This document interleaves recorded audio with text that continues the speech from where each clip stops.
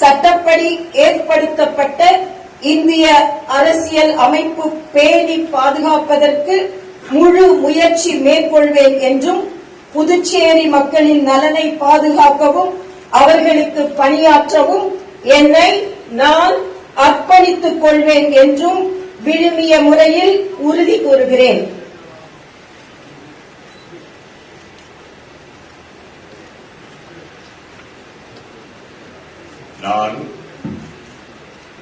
நான்